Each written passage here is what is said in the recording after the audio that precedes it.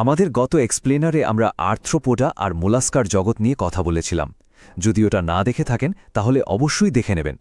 আজ আমরা শুরু করব একদম একটা অন্যরকম প্রশ্ন দিয়ে, এমন একটা প্রশ্ন যা হয়তো আপনাদের মাথা ঘুরিয়ে দেবে। আচ্ছা, একবার ভাবুন তো, আমাদের সবচেয়ে কাছের আত্মীয় কে হতে পারে? একটা জটিল গঠনের কাঁকড়া, নাকি একটা সাধারণ দেখতে স্টারফিশ? উত্তরটা শুনলে কিন্তু আপনারা অবাক হবেন, এটা আমি বলে রাখছি। চলুন তাহলে আমাদের প্রথম সন্দেহভাজনের সাথে পরিচয় করা যাক। এদের নাম একাইনোডার্মাটা, যার নামের মধ্যেই লুকিয়ে আছে এদের পরিচয়, কণ্টকময় ত্বকযুক্ত প্রাণী। এই পর্বের সমস্ত প্রাণী কিন্তু সামুদ্রিক, আর এদের শরীরের ভেতরে ক্যালসিয়াম কার্বনেট দিয়ে তৈরি একটা কঙ্কাল থাকে।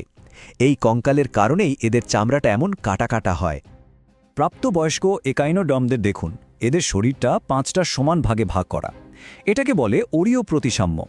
দেখতে একদম এলিয়েনদের মতো, তাই না? কিন্তু আসল মজাটা অন্য জায়গায়। এদের লার্ভা যখন থাকে, মানে বাচ্চা অবস্থায়, তখন কিন্তু তাদের শরীরটা ঠিক আমাদের মতো, দুপাশেই সমান। এদের সবচেয়ে অদ্ভুত বৈশিষ্ট্য হল এই ওয়াটার ভ্যাসকুলার সিস্টেম।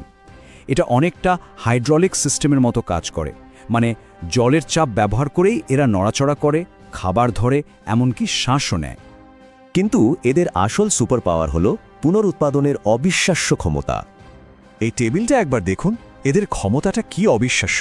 একটা স্টারফিশ শুধু একটা কাটা বাহু থেকে নিজেকে আবার পুরোটা তৈরি করে ফেলতে পারে, আর সি কিউকাম্বার বা সামুদ্রিক শসা, সে তো তার ভেতরের প্রায় সব অঙ্গপ্রত্যঙ্গই নতুন করে বানিয়ে নিতে পারে। ভাবা যায়?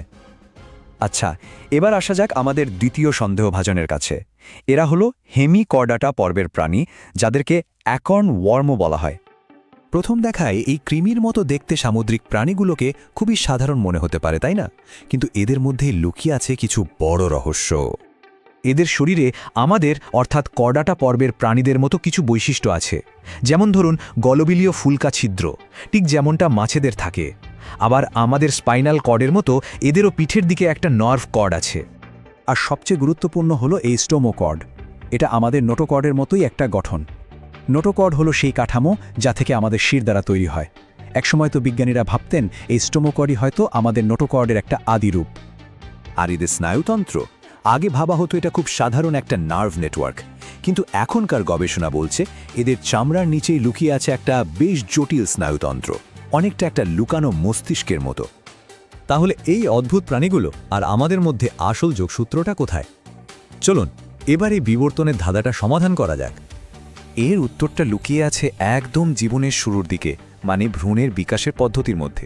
দেখুন, প্রাণীজগৎকে একটা বড় ভাগে ভাগ করা যায়, আর আমরা পড়ি ডিউটোরোস্টোমিয়া নামের একটা গ্রুপে। এই কঠিন নামটার একটা সহজ মানে আছে, মুখ তৈরি হয় পরে।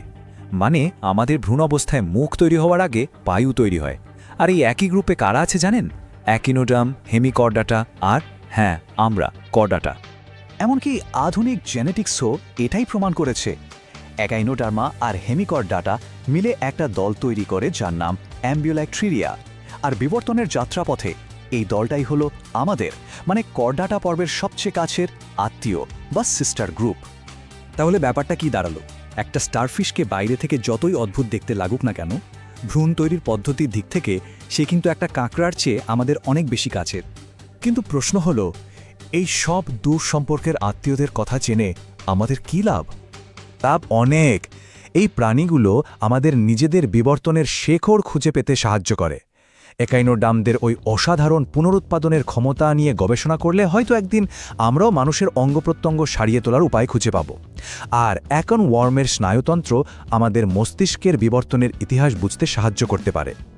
সোজা কথায় এই প্রাণীগুলোকে নিয়ে গবেষণা করার মানে হলো আমরা আসলে 500 মিলিয়ন বছর আগের নিজেদেরই একটা ভার্সনকে জানার চেষ্টা করছি। ব্যাপারটা নিয়ে আপনাদের কি মনে হয় সেটা কিন্তু আমাদের কমেন্টে জানাতে ভুলবেন না। আর এই ধরনের আরও ইন্টারেস্টিং বিষয় জানতে অবশ্যই চ্যানেলটা সাবস্ক্রাইব করে রাখুন। এখন প্রশ্ন একটাই, মহাসাগরের গভীরে আমাদের নিজেদের উৎস সম্পর্কে আর কি কি রহস্য লুকিয়ে আছে?